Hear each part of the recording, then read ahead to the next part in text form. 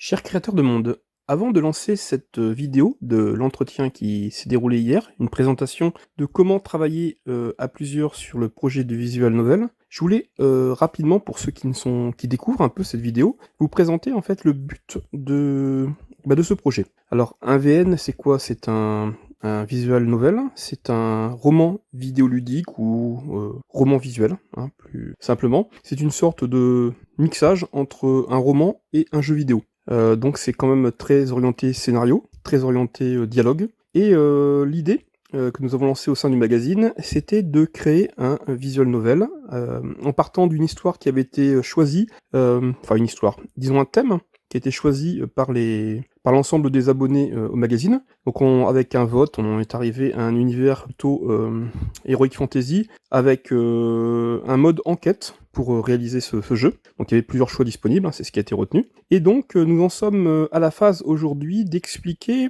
comment chacun peut travailler dans son coin, en inventant une histoire, quels outils il peut utiliser, et puis la façon de ramener cette histoire vers le collectif, vers nous, pour qu'on intègre toutes ces petites branches d'histoire en réalité, puisque c'est pas vraiment une histoire différente, c'est que chacun va avoir la résolution d'un crime d'une façon différente, avec un choix de responsable, avec un choix comment dire, un choix d'armes, de différents objets qui peuvent intervenir, et tout ça en fait va être compilé donc dans une seule et même histoire. Donc au final on va avoir un jeu vidéo avec chaque participant est co-auteur de ce jeu vidéo. C'est un jeu vidéo qui sera bien sûr disponible gratuitement. Voilà, je vais pas vous en dire plus, je vous laisse avec la vidéoconférence, et voilà, je voulais juste introduire parce que c'est pas évident de rentrer comme ça directement dans le projet. Tout ce que je voudrais vous dire, c'est que il n'y a pas de souci, il n'y a pas besoin de connaissances en informatique, il n'y a pas besoin vraiment de grandes connaissances, il suffit d'avoir quelques idées, et puis ensuite vous êtes accompagné,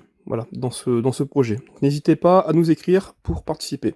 Voilà, je vous laisse avec Lady Vintage qui présente le projet.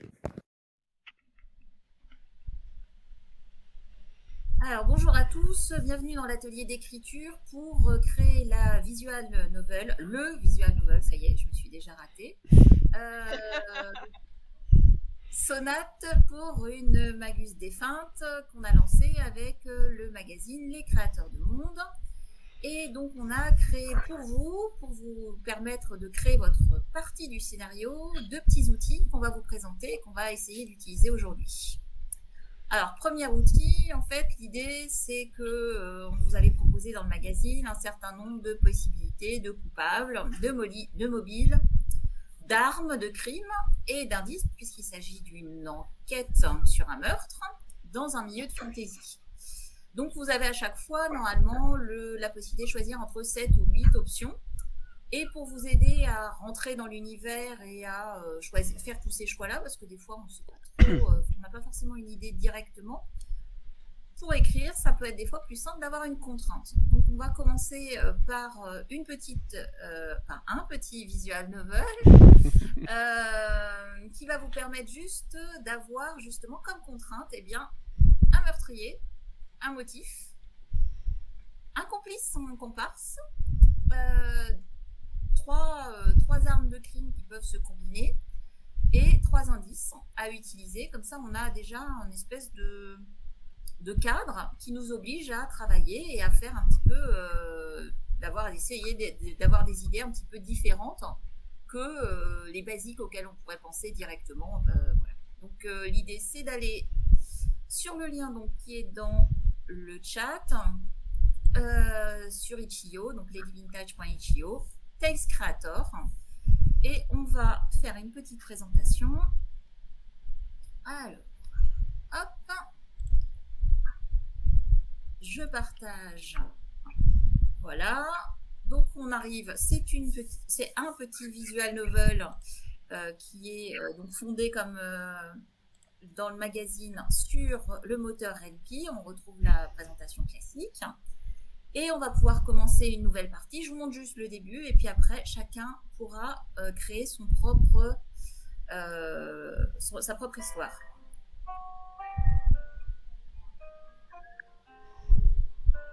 Donc là, on commence un peu Disney parce que je trouvais que la contrainte de décor qu'on s'est donnée faisait un petit peu Disneyland. Ouais. Un peu, ouais. on travaille avec ces éléments-là en 3D. Et bien sûr, le meurtre, il tombe un petit peu comme un cheveu sur la soupe, là, sur le côté un peu verdoyant, riant Disneyland. Donc là, l'idée, c'est que le joueur, il doit créer un storytelling pour expliquer ce fameux meurtre. Et donc, c'est évidemment le Conseil royal qui souhaite pouvoir expliquer ce qui s'est fait. Donc là, atmosphère un petit peu plus sombre, on réexplique l'histoire. On voit que le Conseil du roi est un petit peu emmerdé sur les bords.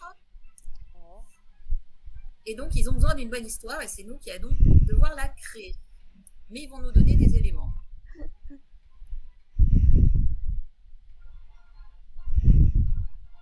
Donc là, vous choisissez un petit peu ce que vous voulez faire. Est-ce qu'on va plutôt aller vers ce qui s'est vraiment passé? Est-ce qu'on fait une recherche de la vérité? Ou on accepte un peu la mission storytelling que nous donne le Haut Conseil? Alors, vous en dites quoi? On va accepter la mission, quoi, non? Ouais, la mission? Allez, La mission. La mission. Donc, même s'ils se sont fait un petit peu avoir sur ce coup-là, il semblerait qu'ils aient quand même quelques espions et ils ont réfléchi à quelques personnes qui pourraient bien sacrifier. Alors, j'ai une très mauvaise connexion, voilà, ça s'affiche. Et donc là, nous avons le ménestrel. Donc là, le principe, c'est que le visual novel a choisi pour nous. Il va falloir trouver une histoire avec le ménestrel. Et il a un problème de harcèlement. Alors, est-ce que c'est lui le harceleur ou est-ce que c'est lui le harcelé? Ça, il va falloir que nous, on l'invente. Et puis surtout, il pose quelques problèmes visiblement au conseil. C'est plutôt quelqu'un de gênant. Donc, nous sommes l'enquêteur. Heureusement, on va avoir un récap au fur et à mesure de ce qui nous est donné, ce qui nous permettra à la fin de récupérer l'entièreté. Donc tout ça tire au hasard, hein. C'est ça? On part. Et puis, je vais arrêter le partage, puisque maintenant, chacun va pouvoir faire le sien. Maintenant, vous allez pouvoir chacun faire votre propre histoire. Je vais arrêter un petit peu le truc, parce que ça fait du bruit. Oh, on n'a pas vu ce que j'ai vu. Cet après-midi. Quoi? On n'a pas vu ce que j'ai vu, la surprise de ce que j'ai vu cet après-midi. C'est-à-dire? Tu sais, l'apparition d'un coup. Ah non, mais ça, il faut aller jusqu'au bout. C'est pour vérifier que tout le monde est allé jusqu'au bout, en fait. Donc, pour expliquer rapidement, ça, en fait, c'est pas le visual novel, c'est un système qui permet à chacun de trouver de l'inspiration et de partir de contraintes.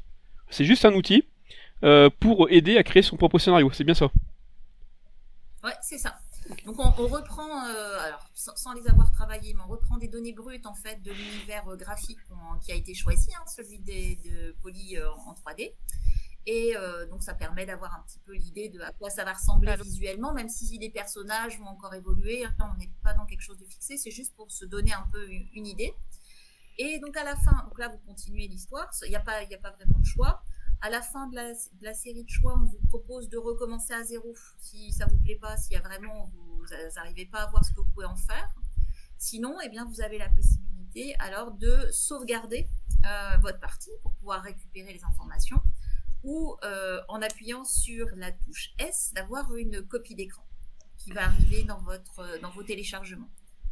Donc ça vous fait un imprimé écran et ça va vous permettre de conserver justement les fameux 2 personnages et puis la liste des éléments qui vous a été donnée pour pouvoir la retravailler. Donc ça, c'est la première étape pour avoir l'ensemble des contraintes. Donc je ne sais pas si vous avez envie de tester ou pas. Ça pourrait être un petit peu sympa de voir un petit peu ce que vous obtenez. Donc c'est un tirage de 1 sur 7, donc il y a quand même pas mal de combinaisons possibles finalement. Si quelqu'un au cas où veut tester et partager son écran. Ah, trop bien. Ok.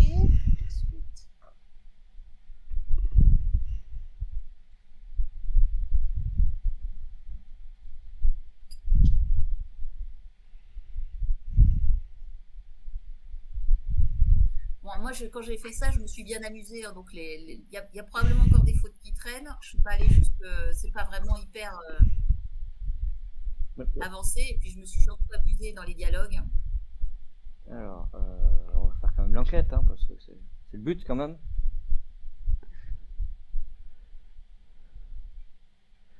Je crois que tu vas perdre.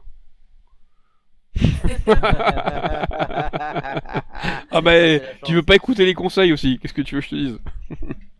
Ah bah. Donc première fin de branche de scénario. Voilà, Ouais, ça y est, c'est bien. j'ai fini mon histoire. Allez, t'as droit à une seconde chance. Ça a été rapide. Je me suis dit qu'un VN sans aucun choix, c'était pas très très marrant. Donc voilà, j'en ai rajouté un petit, un peu piégeant sur le départ. Apparemment, ça a bien marché. Oui, parce que spontanément, on se dit non, bah, il faut la vraie histoire. Voilà. Sauf que non. Et voilà, je me suis fait éjecter. Ah, moi. Ah, enfin. C'est bon, je vois. En fait, ouais, ça marche avec Firefox, effectivement. Par contre, avec la connexion que j'ai, j'arrive pas à mettre les deux en même temps. Eh, chut, j'arrive pas à lire. Ah, on devient vieux, on devient vieux.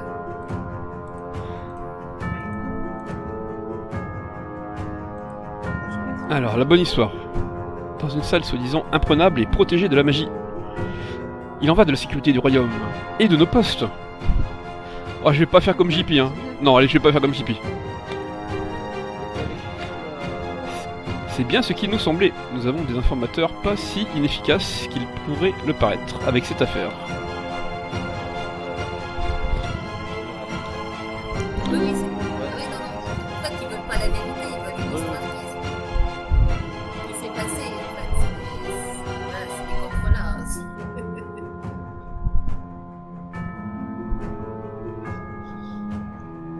Alors, l'elfe. Hein.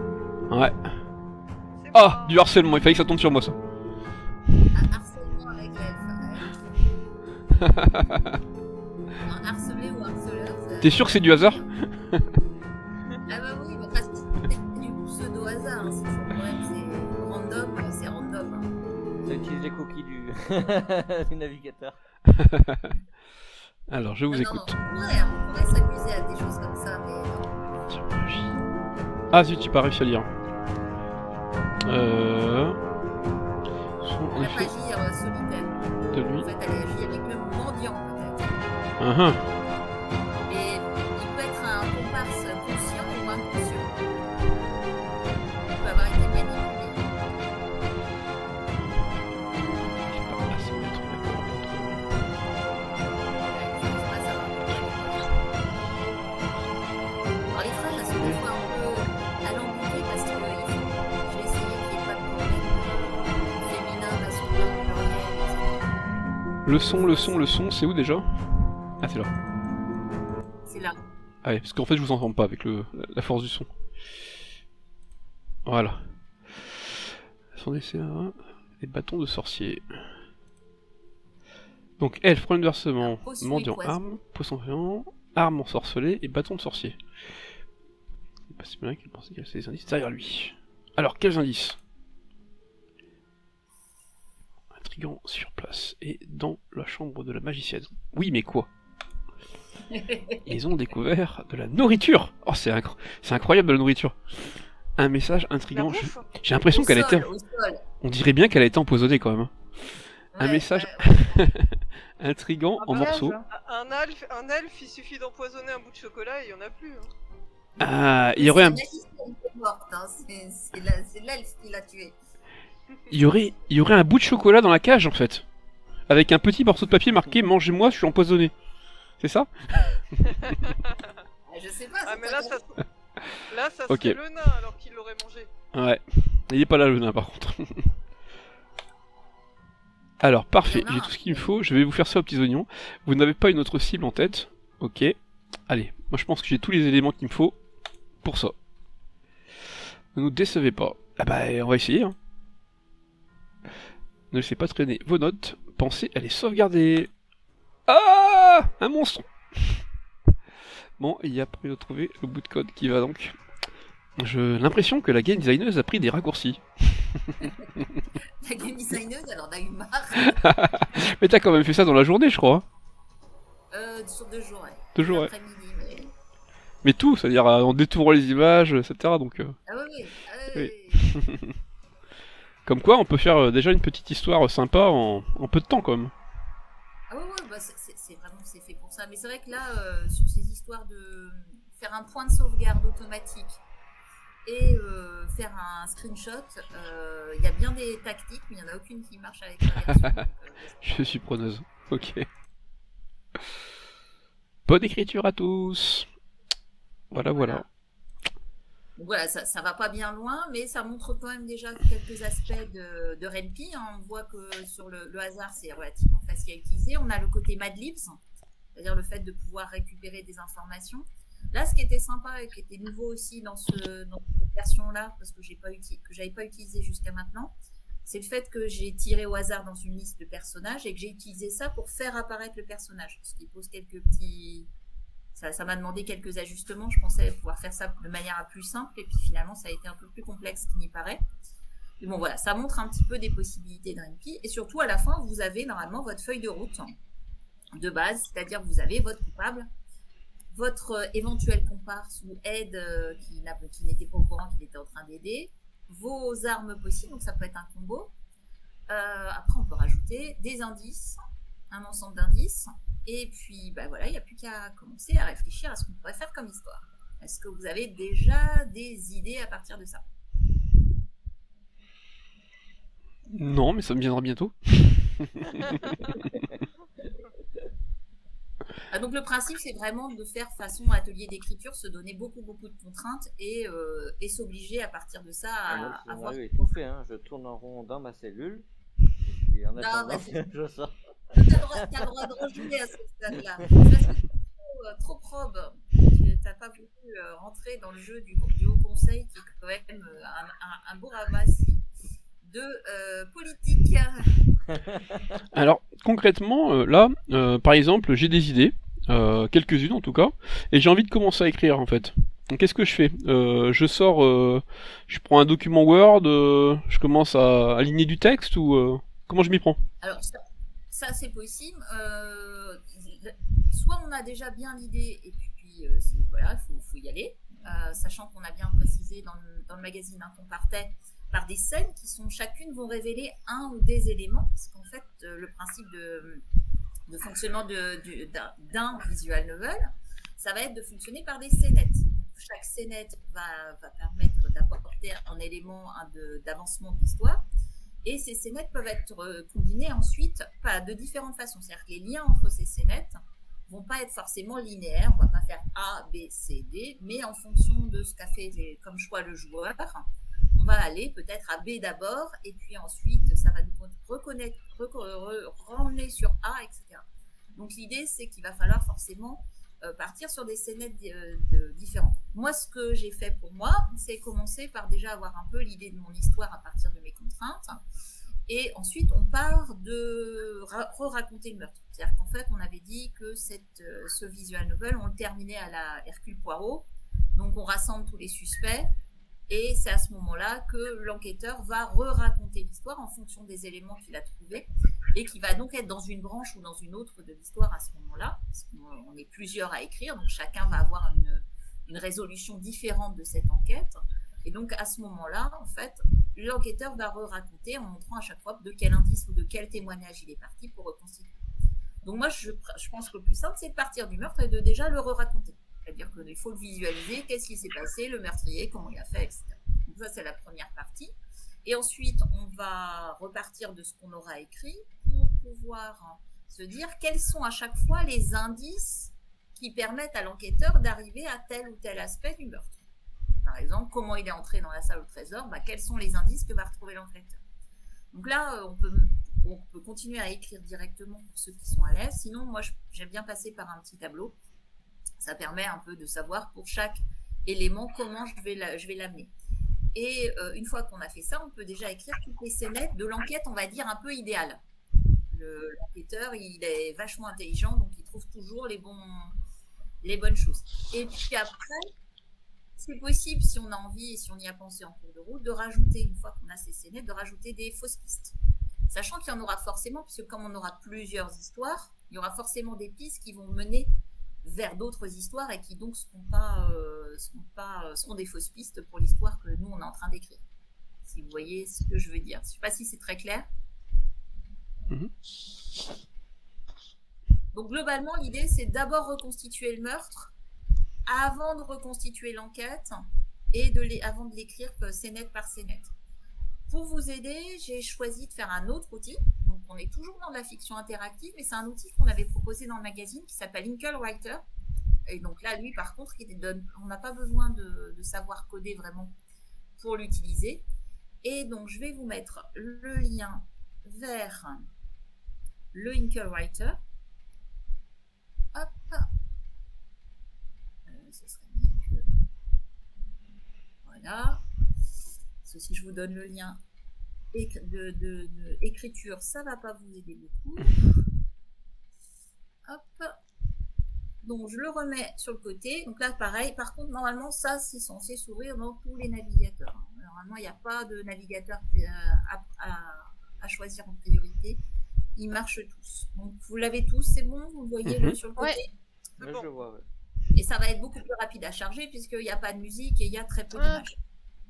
Ouais, c'est bon. Donc, Voilà. donc là, on repart. Vous avez déjà votre motif de meurtre, vous avez déjà votre meurtrier, vous avez déjà vos indices et tout ça, tout ce qu'on a vu avec le premier outil. Et simplement, c'est pour vous aider à écrire votre enquête, votre résolution de meurtre. Et donc, vous allez avoir des choix. Alors, je vais peut-être vous montrer à quoi ça ressemble côté créateur, juste pour vous donner un peu l'idée de comment ça marche quand on écrit ce genre de choses et qu'on écrit toutes les branches d'une histoire. Donc là, est-ce que c'est bon? Vous voyez tous mon écran? Ouais. Ouais. Alors voilà, ça démarre comme ça, c'est-à-dire qu'en fait, on fonctionne par section. Donc, je redémarre au début.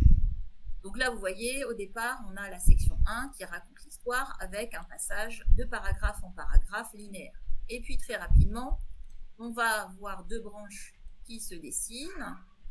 En rouge, en fait, c'est la branche qui a été choisie par moi pour travailler. En fait, c'est la dernière branche que j'ai explorée. Enfin, il manque toujours une branche. Et donc là, vous voyez que pour chacune des branches, on va avoir plusieurs solutions qui vont des fois se croiser un peu et qui, à la fin de la section, en fait, reviennent tous à la même chose. Et là, vous voyez que pour permettre de garder trace des choix que vous aurez fait dans le Inkle Writer, j'ai utilisé, c'est ce qu'on voit en rouge, c'est du Madlib, c'est-à-dire qu'en fait, à chaque fois que vous faites un choix, il y a un petit marqueur, une petite variable qui est utilisée, qui vient savoir, en fait, qui vient enregistrer pas à pas ce que vous avez choisi. Et je peux le réutiliser pour décider d'écrire. Donc là, par exemple, il y a un marqueur qui s'appelle morte, et je vais dire que la magicienne se trouvait là, non pas morte, parce que c'est un peu difficile dans la langue française, mais après sa mort, si vous êtes passé par mort. Par contre, sinon, elle est toujours vivante, et donc elle est bien vivante. L'idée, c'est d'utiliser ces marqueurs pour modifier le texte, et donc chacun va avoir un texte qui correspondra à ses choix. Et ça va se poursuivre de section, tout le monde arrive témoin d'eux, et en fonction des choix, va faire un petit trajet un petit peu bizarroïde, qui arrive toujours au début, à la fin de la section, sur un Madlib qui correspond à ce que vous avez décidé comme choix. Et on revoit la même chose avec la section 3. On voit qu'on a plusieurs choix, on revient à un choix général, plusieurs choix, etc. Et à la section 4, en fait, vous avez le récapitulatif de tout ce que vous avez fait comme choix. Et vous avez un dernier choix à faire qui va vous permettre, en fait, de récupérer. Hop, j'arrête le partage. C'est bon. Ça va vous permettre de récupérer à la fin, en fait, l'ensemble des choix que vous aurez fait et qui va vous permettre de faire une enquête. Donc, à chaque fois, en fait, l'idée, c'est de vous guider dans la création de votre de la scène de meurtre en vous posant des questions. Parce qu'on a des contraintes qui sont données par l'histoire de départ. Première contrainte, on sait que la magicienne a été retrouvée dans la salle du trésor. Mais qu'est-ce qu'elle faisait là? Donc, je vous pose un certain nombre de questions et je vous propose plusieurs. Ça ne vous donne jamais une histoire, c'est-à-dire que ça vous permet juste de vous poser les questions et d'avoir un peu les principales réponses un peu vagues qu'on peut avoir. À vous après de mettre de la chair autour de tout ça. Et la chair, ça consiste par exemple à se déplacer dans des lieux, à prévoir d'autres choses que la trame principale quelque part. Là, en fait, ce que ça dit, c'est juste, par exemple, ça dit, est-ce qu'elle a été emmenée de force ou pas dans la salle du trésor? C'est-à-dire, est-ce qu'elle y est allée toute seule ou est-ce qu'elle a été emmenée de force? À partir de ce moment-là, emmenée de force, d'accord, mais par qui, pourquoi, etc. Est-ce que c'est le meurtrier qui l'a emmenée de force? Est-ce qu'elle était encore vivante? Est-ce qu'elle était morte? Enfin, l'idée, c'est juste de donner les principales questions pour que vous créez votre histoire. Il ne s'agit pas de... Oui, on arrête les étapes. Les étapes importantes sont arrêtées. Et après, il faut développer toutes les histoires qui vont amener à cette étape. Un peu comme tu expliquais pour le meurtre et comme tous les scénarios de meurtre. On part du meurtre et puis après, on résout à l'envers. C'est pour ça que c'est assez facile à... C'est plutôt bien maîtrisé comme code maintenant, actuellement. Voilà, c'est ça. Donc là, c'est juste des questions. C'est-à-dire qu'en fait, ou elle est morte, ou elle est vivante, ou elle est venue toute seule elle est venue elle-même pour une raison à elle, ou elle a été emmenée par quelqu'un sous la contrainte. Donc quelque part, c'est des choix qui sont obligatoires. Après, pourquoi elle est là, etc., c'est vous qui allez décider. Si vous avez décidé, par exemple, qu'elle était venue de son plein gré, pourquoi elle est venue dans la salle de trésor de son plein gré. Ça, c'est à vous de l'expliquer. À chaque fois, ça se termine par une question. Simplement, ça permet un petit peu de se poser les bonnes questions et du coup de construire son histoire grâce à ce qu'on avait déjà comme contrainte précédente. Est-ce qu'on va fournir un modèle aux participants pour qu'ils aient un exemple en fait de la façon d'organiser une branche de scénario? On en avait déjà donné sous forme Cluedo. Si tu te rappelles, j'avais utilisé le Cluedo comme base pour en faire des exemples dans le magazine. Oui. J'ai pas eu le temps de créer les miennes. Non, là, mais tu sais, je pensais vraiment, tu sais, un exemple complet de la même façon que le participant doit travailler en fait. Quelque chose. Est-ce que ça, on pourrait leur fournir, je sais pas moi, d'ici 15 jours, 3 semaines, un mois? Moi je veux bien, mais je trouve que c'est vachement emprisonnant. Ouais. Parce qu'une fois que tu as entendu une réponse, c'est très très dur de s'en abstraire. Parce que même moi, je me sens un peu perdu encore là. Si je devais là tout de suite. Bah oui, parce que en fait, je sais pas trop ce qu'on attend de moi. Ok, je fais des choix déjà par rapport à des critères qui me sont donnés, mais comment j'organise l'histoire quelque part? Comment je dis que j'ai envie que on apprenne tel indice dans tel endroit du château, que j'ai envie d'une scène extérieure où on va rencontrer tel personnage et avec lequel on va pouvoir discuter, et comment je vais organiser mon dialogue? Moi, je pensais plutôt faire ça sous forme d'un tableau, si tu veux. C'est-à-dire qu'en fait, à l'issue du Winkle Writer, tu as un tableau. C'est-à-dire, tu sais, tu as ton criminel, tu sais ce qu'il fait, tu as les indices, etc. Tu sais quels indices tu as besoin. Tu as construit ton histoire. Tu pourrais faire la cinématique du meurtre. En fait, le but, c'est qu'à la fin du Winkle Writer, on soit capable de créer la cinématique du meurtre complète. On puisse faire ce scénario-là. À partir de là, on fait un tableau et pour chaque indice, pour chaque élément, par exemple, elle est venue de son plein gré, elle a dû ouvrir la porte. Comment elle a ouvert la porte? Là, on va dire, tiens, l'indice, ça va être de la cire sur une des clés. En fait, ça veut dire quoi, la cire? Si la personne, elle doit penser à aller voir le forgeron. Donc, on va à la forge, rencontrer le forgeron. Est-ce que quelqu'un est venu travailler et aurait fait une fonte à la cire, etc., etc. Donc, en fait, le tableau va permettre déjà de gérer ça. C'est-à-dire que pour chaque événement de la cinématique, il va falloir dire quels sont les indices qui ont pu être laissés et où est-ce qu'on va pouvoir les trouver. Okay. Et à la fin de ce tableau, on a du coup l'ensemble des scénettes qu'on doit rédiger. Ok. Et ensuite, comment on rédige les scénettes alors? Les scénettes, c'est un dialogue, hein, c'est du scénario. Donc le plus simple, moi, ce que je trouve, c'est ce qu'on avait dit dans le magazine. c'est au début, on donne les contraintes. Par exemple, la personne, elle doit d'abord avoir trouvé la cire avant d'avoir accès à cette scène-là. Elle a trouvé la cire, elle rencontre le forgeron, et on peut rajouter le fait, si elle rencontre le forgeron pour la première fois, ça va peut-être pas être tout à fait le même dialogue que si elle le rencontre pour la deuxième fois. Donc, on va mettre ça en en-tête. Première rencontre ou autre rencontre. Donc, en fait, en en-tête, on va avoir trouvé cire, première rencontre. Bonjour, monsieur le forgeron, etc. Et là, c'est un dialogue. Et là, on écrit comme on veut. C'est un dialogue entre l'enquêteur et la personne. Mhm. Là, c'est juste un dialogue et c'est tout. Et on peut décrire en voix off, par exemple, pour trouver la cire, en fait, on voit la clé, elle est dans tel endroit.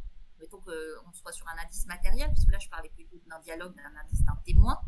Si on part sur l'idée de la cire, eh bien, il faut qu'elle aille dans la chambre du roi, dans un tiroir, il y a la fameuse clé. Et là, on décrit qu'il faut aller toucher la clé, et que si on touche la clé, alors s'affiche une voix off qui dit il y a des traces de cire sur la clé. Comme c'est étrange, est-ce que quelqu'un aurait utilisé la forge? Ce qui permet de dire. Et puis, on a un menu de choix qui va s'afficher aller à la forge, aller parler au roi, aller je sais pas quoi. Donc concrètement, ce qu'on attend des participants, c'est finalement de réaliser d'abord ce tableau, ensuite d'écrire toutes les scénettes.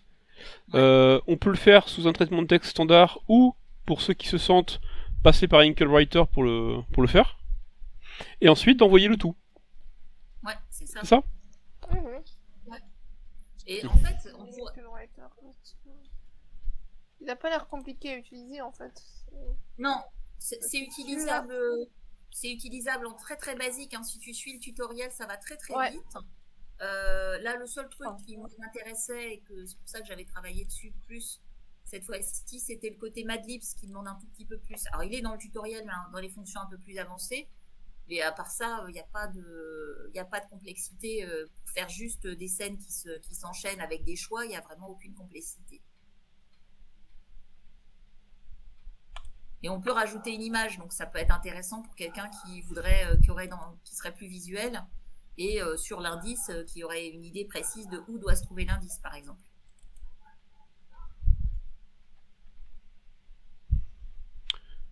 J'ai ici, c'est dans le Mag 15 qu'on a présenté ça. Hein. J'avais fait des rédactions sur une base de Cluedo pour changer, pour pas justement, ce que je voulais pas, c'était que ça devienne une contrainte pour ceux qui lisent. Des fois, quand on n'a pas soi-même travaillé encore l'histoire, d'entendre une réponse, ça bloque complètement pour en inventer une différente. Eh oui. Donc là... j'avais pris...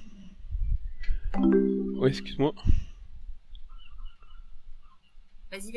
Donc là, en fait, pour ceux qui verraient la vidéo et qui n'auraient pas lu le Mag 15, bon, pour ceux qui l'ont, ils peuvent le lire directement, et sinon, ils peuvent nous écrire les autres peuvent nous écrire à rédaction@créateur au pluriel de monde au pluriel.fr pour qu'on leur envoie en fait l'extrait d'article où tout est expliqué.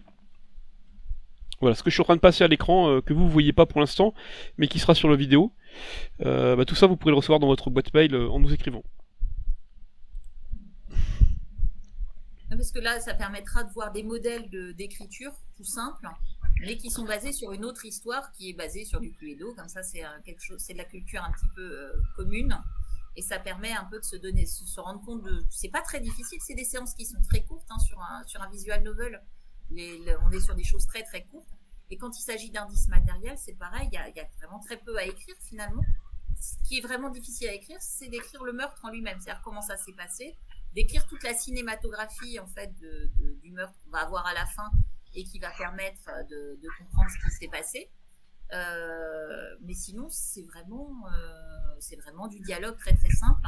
Et pour la recherche d'indices, il suffit simplement d'indiquer où est-ce que se trouve l'indice, dans quel lieu.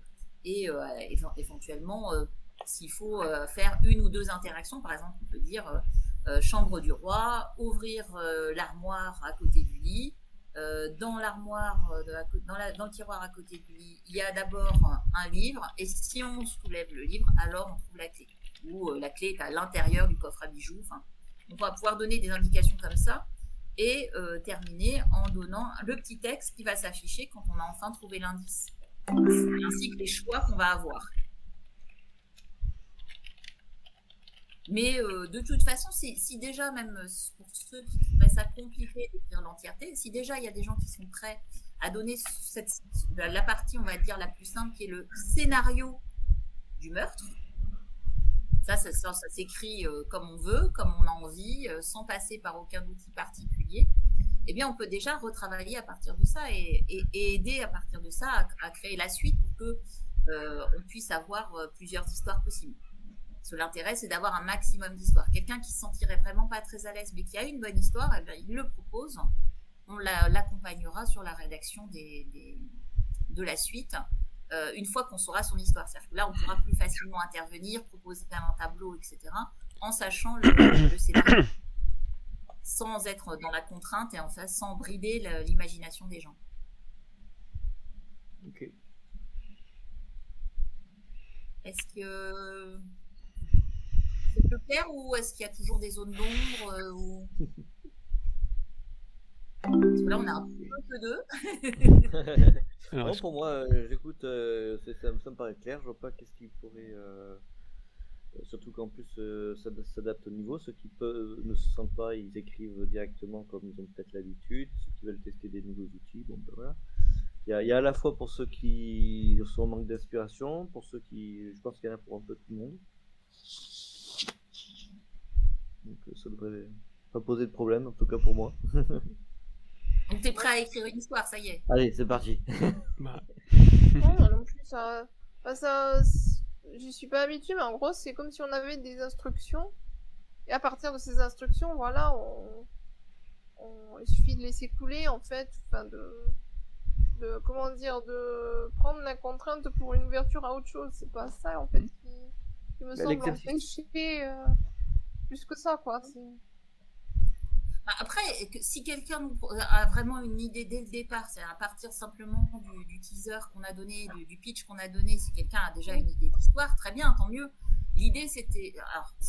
mais il faut quand même respecter nos contraintes graphiques, c'est-à-dire donc rester bien dans les personnages qu'on a déterminés, les éléments graphiques qu'on a. C'est pour ça qu'il y a une liste d'armes et une liste d'indices aussi. C'est parce qu'en fait, on n'a pas forcément tous les éléments et on ne va pas créer à chaque fois un élément en 3D pour chaque idée que peuvent avoir les gens. Je veux dire, si quelqu'un a absolument besoin d'une corde, on va pouvoir le faire, mais si on peut éviter de multiplier le travail aussi au niveau graphique par la suite, ça peut être bien. Donc ça, c'était notre contrainte de départ. Donc on a cette histoire, on a la contrainte du décor, qui est quand même une contrainte assez forte. Après, si quelqu'un dans cette contrainte-là qu'on avait déjà donnée sous forme de mots, hein, dans le numéro 15, on avait déjà donné la liste des gens qui étaient suspects, des gens qui pouvaient des PNJ, des motifs, etc. Si quelqu'un a déjà une idée, il n'est pas obligé de passer par ces outils. Ces outils-là, ils sont vraiment pour aider d'autres personnes qui, elles, n'ont pas d'idée. En fait, on n'est pas obligé de s'astreindre à utiliser la contrainte que donne le VN Text Creator. On peut très bien aussi démarrer sur cette contrainte-là et puis se rendre compte que, oui, mais bon, j'ai une super histoire, je ne vais pas m'embêter parce que il n'y avait pas marqué dans ma liste armes, je sais pas quoi, une hache ensorcelée. Bon, bah, moi je prends ma hache ensorcelée et je la rajoute dans l'histoire. C'est vraiment juste pour se mettre au travail, s'obliger à y réfléchir, etc. Quelqu'un qui a déjà une idée de comment le meurtre s'est déroulé, c'est beaucoup plus intéressant pour lui de passer directement dans Inkwriter parce qu'il va là affiner en fait ce qu'il avait dans l'idée et il va déjà pouvoir à la fin donner cette histoire qui est la cinématographie du crime. Hein, c'est vraiment l'idée plus de donner des outils pour que si on n'a pas d'idée, ben, ça permet de s'obliger à en avoir. Enfin, moi, je travaille beaucoup avec des adolescents et si je leur dis inventer une histoire, même avec un début d'histoire, ça ne marchera pas. Ça ne marchera pas parce qu'en fait, ils n'ont pas d'idée. Et ils vont me répondre, ouais, je veux bien, mais je n'ai pas d'idée. Je n'ai aucune idée. Donc, souvent, ce que je fais, c'est que sur le thème sur lequel on les fait écrire, en plus, on travaille souvent sur du polar, puisqu'on travaille avec le salon du livre policier, avec un salon du livre policier, et je leur fais des cartes.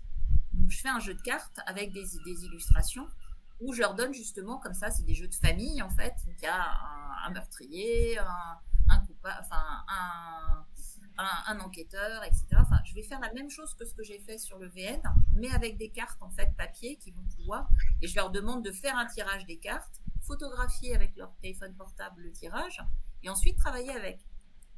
Donc là, comme on est tous en distanciel, j'ai préféré passer par le VN, puis en plus c'est un outil qui me plaît bien, et puis ça me permet d'explorer d'autres choses, des petits bouts de programme qui vont me resservir par ailleurs. Et je me dis, comme ça, c'est plus simple, c'est plus sympa. Ça permet de rentrer en plus dans l'atmosphère beaucoup mieux qu'un jeu de cartes, hein, ou qu'une série d'illustrations. Et ça permet aussi de rentrer dans ce qu'est un VN, parce que ça vient avoir envie d'écrire sans savoir ce que c'est qu'un VN et pas avoir envie de jouer à des VN, mais avoir envie de participer à l'écriture quand même. Donc je pense que c'était une solution pour justement pas démarrer avec page blanche et puis on bouge pas. Après, ceux qui ont l'habitude d'écrire, qui ont beaucoup d'imagination, bah, ils partent sur ce qu'ils ont, du moment que ça respecte nos contraintes graphiques. Ok. Bon, je pense qu'on a compris. Voilà. C'était pas. J'avais dit je ferais pas long. Hein. Et sinon, juste pour finir, est-ce que tu peux donner juste une petite idée de la façon dont on va récupérer en fait toutes ces petites histoires et réussir à les combiner en une seule? Alors, le principe est relativement simple. On récupère toutes les histoires. Alors, admettons, on va juste, déjà pour commencer, on récupère les fameux crimes. Donc, on a les différentes explications du crime. On va avoir différents coupables, différents motifs, et évidemment différentes armes, etc. On va essayer de les regrouper par branche. Alors, ça dépend de ce qu'on va avoir, mais on va essayer de voir ce qui est le plus pertinent, soit par coupable, soit par motif. Moi, je pense que c'est les deux branches les plus intéressantes. Et on va déjà aiguiller en fait le joueur, lui, quand il va commencer, il va avoir toutes ces scènes que tout le monde a écrites, et donc il va devoir faire des choix. C'est-à-dire que le premier choix, le joueur, il arrive, il est enquêteur, il est reçu par le conseil, le roi, ce qu'on veut, et il doit décider où il va en premier. Donc, on va lui proposer d'aller sur les lieux du crime, dans la chambre de la magicienne, rencontrer les suspects, enfin, on peut imaginer différentes choses. Et en fonction de ses premiers choix, on va attribuer, en fonction de ce qu'il va découvrir en premier, on va l'attribuer pour chacune des branches qu'on aura rassemblées, on va lui attribuer des points.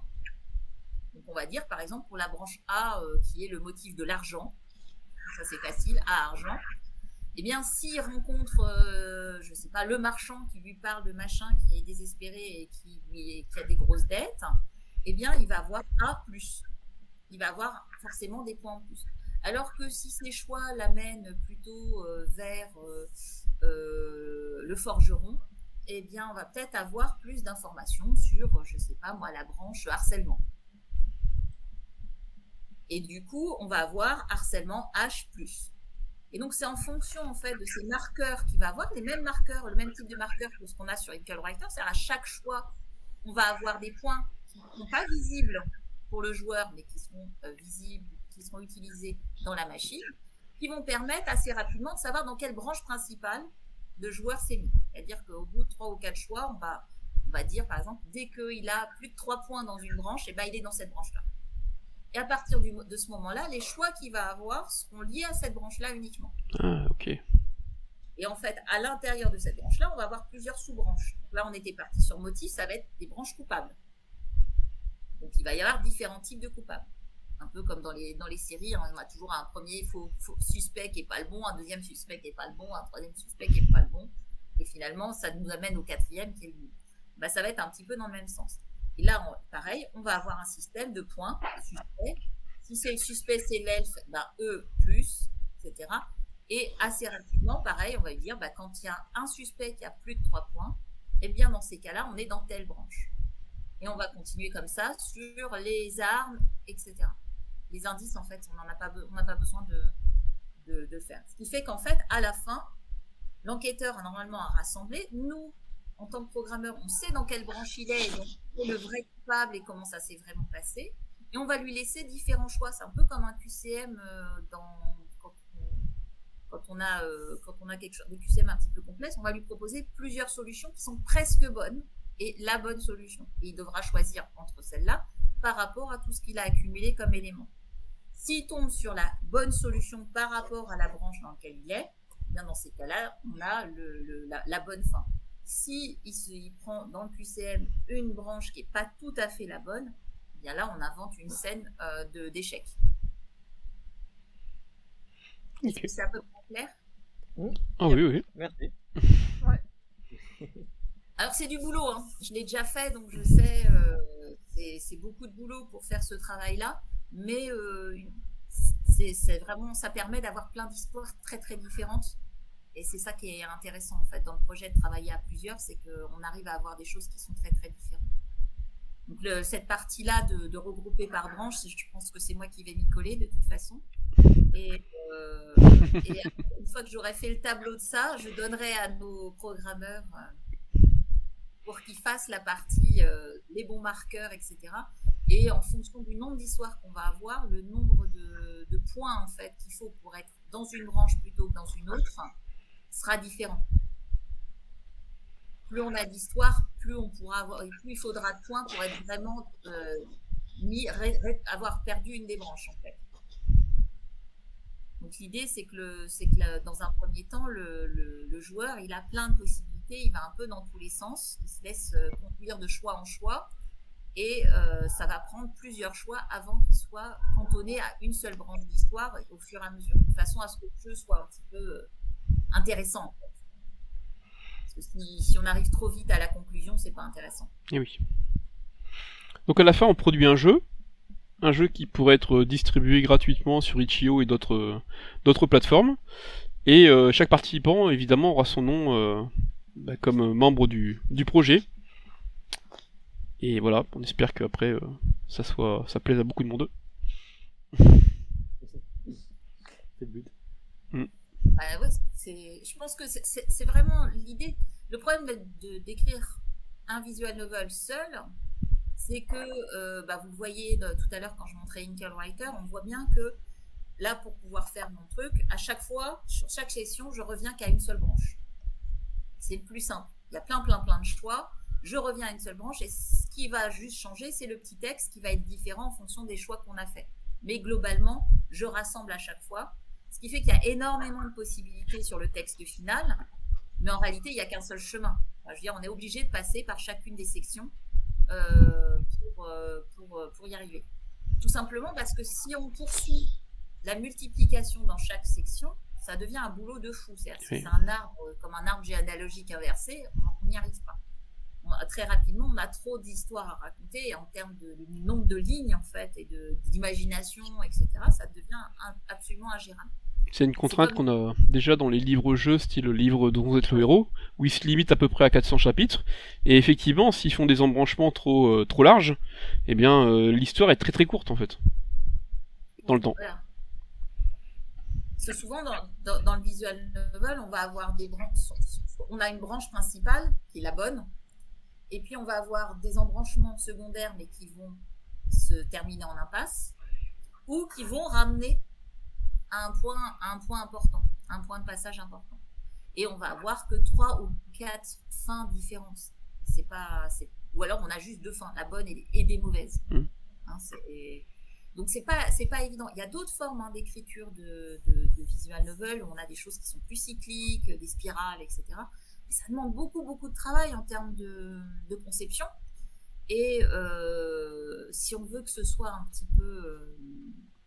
que ce soit rejouable, en fait, que la personne puisse avoir envie de refaire, il faut quand même avoir quelque chose qui fait que ce soit un petit peu différent. Et sur d'autres, la meilleure solution pour avoir plein d'histoires, c'est d'avoir comme ça des branches qui se divisent en sous-branches, qui se redivisent. Mais du coup, c'est intéressant d'être à plusieurs pour que chacun s'empare d'une branche, c'est ce qu'on essaye de faire là, et ce qui permet d'avoir des histoires qui vont être très très différentes. Et à la limite, même si même si ceux qui participent ont seulement des idées d'histoire et ont juste cette idée de crime, etc., on peut écrire après les dialogues de façon à homogénéiser en fait ça, parce que forcément les dialogues vont être un petit peu différents de personne à personne. Il y aura forcément une certaine homogénéisation à faire, pour pas que le joueur un peu malin se rende compte que, en fait, bizarrement, quand il est en train d'explorer tel aspect, tout d'un coup, c'est toujours ce style-là qui apparaît. Et du coup, ça pourrait créer justement des choses. Donc ça, c'est des petits éléments qu'on va affiner. Mais sur le style enquête, on peut fonctionner de cette manière-là parce que on sera vraiment dans le principe de, on voit un premier suspect, on pense que c'est lui, mais en fait c'est pas lui, il va nous emmener ailleurs, etc. Ça c'est vraiment une trame habituelle d'enquête et qui marche assez bien sur le visual novel en fait. Donc pour rassurer Mais pour rassurer les participants, donc ils peuvent déjà commencer à envoyer une première trame et ensuite on les accompagne pour les dialogues et plein de choses. Ils peuvent déjà démarrer en fait. Après il y a un accompagnement de notre part pour les aider. En fait, c'est quelqu'un qui voudrait travailler là-dessus, mais qui a peur de l'aspect technique. Il essaye la VN Tales Creator pour avoir sa contrainte de départ, parce qu'il n'a pas forcément d'idée, ou parce qu'il n'a pas forcément bien envisagé les contraintes qu'on avait au niveau graphique. Donc là, comme ça, il est sûr d'être bon. Il écrit son histoire à partir de ça. Il va sur InkerWriter pour bien répondre à toutes les questions basiques qui vont permettre de créer la cinématique en fait de fin. Et il envoie ça. Ça peut être entièrement écrit, ça peut être écrit comme un scénario, ça peut être... voilà, il y a différentes façons, mais il envoie déjà ça, et à partir de ça, on va l'aider à créer le tableau qui va lui permettre ensuite d'écrire les scènes. Mais ça a l'air très bien tout ça. Il n'y a plus qu'à. Il n'y a plus qu'à. Ouais. Mais moi, c'est bon, hein, j'ai déjà mon histoire. C'est juste que j'ai pas eu le temps d'écrire parce que je faisais les outils. Nora, t'as déjà ton histoire? Bah, je sais pas encore trop comment je vais tuer le nain. Ok, bon. Il y a des objectifs secondaires là, il y a des quêtes. Ouais. Mais ça pourrait être un running gag. Hein. Voilà, mais faut bien que je regarde tous les outils qu'on a à disposition là pour faire un bon petit plan. Il y a déjà devenu un dans l'équipe, le running gag. Ah. Bon, c'est clair que les elfes et les nains s'entendent pas trop en général. Oui, on peut très bien imaginer, ça se fait dans beaucoup de romans policiers, où une personne qui a une information importante décède parce que le criminel se rend compte qu'il est devenu trop dangereux. Hein. Ça permet de tuer quelques suspects et quelques personnages secondaires. Qu'ils aimables, ils vont tous finir morts. Voilà, c'est ce que j'étais en train de penser, on va refaire 10 petits nègres. Là, de ce côté-là...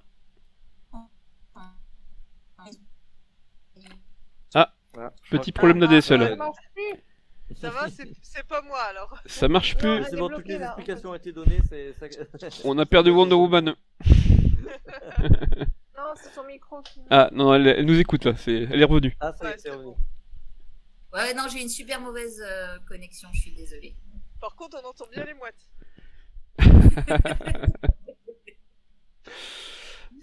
Bon bah si on a terminé, on va remercier tous les spectateurs qui auront vu cette vidéo, tous les futurs participants, et puis qui n'hésitent pas à nous contacter s'ils ont besoin d'infos pour aller un petit peu plus loin. Donc là on se donne quelques mois quand même, peut-être 2-3 mois pour finir quand même tout ça. Mais disons qu'en fin d'année le jeu pourrait être publié, je pense. Ça dépend de toi aussi. Voilà, ça dépend. Pas que l'histoire, c'est-à-dire que l'histoire c'est une chose. Et oui. Construire la trame, on va dire, ce serait l'équivalent d'un sommaire avec des chapitres pour un roman. Construire l'arbre des possibles, c'est encore un autre travail. Il y a tout l'aspect graphique et il y a l'aspect programmation derrière, parce qu'il y a quand même un petit peu des choses à mettre en place qui ne sont pas forcément directement utilisées à chaque fois. Parce que là, justement, si on commence à tuer des gens et tout ça, il va falloir aussi prendre ça en compte dans le jeu. Bon, ça va, on est quelques développeurs, ça devrait aller. Ouais, parce que là, pour le coup, je le fais pas. Il faut séparer les tâches. Tu as raison. Voilà, exactement. Moi, je veux bien m'amuser avec tous les morceaux d'histoire et remettre tout ça pour que ça tienne. Mais c'est déjà un gros boulot. Ouais. Pour l'avoir déjà fait, ouais, c'est un gros boulot. Mais c'est marrant. Le but, c'est de ne pas arriver à justement, surtout si on se met à tuer des gens, Arriver à ce que ce soit toujours cohérent, quels que soient les bouts de branche. Que s'il commence sur une branche, qu'il voit le nain tuer, et qu'en fait le nain sur la branche continue, le nain en fait lui donne un indice important, ça commence pas à calculer. Donc il y a un petit peu de travail quand même pour que ce soit bien cohérent, et c'est pas toujours évident. Et je pense qu'on aura besoin aussi de gens qui testent pour vérifier ça en fait. Et oui, c'est important aussi, ceux qui n'ont pas forcément envie de participer mais qui veulent être des bêta-testeurs du jeu peuvent aussi s'inscrire auprès de nous en écrivant à la même adresse que celle qui est à l'écran.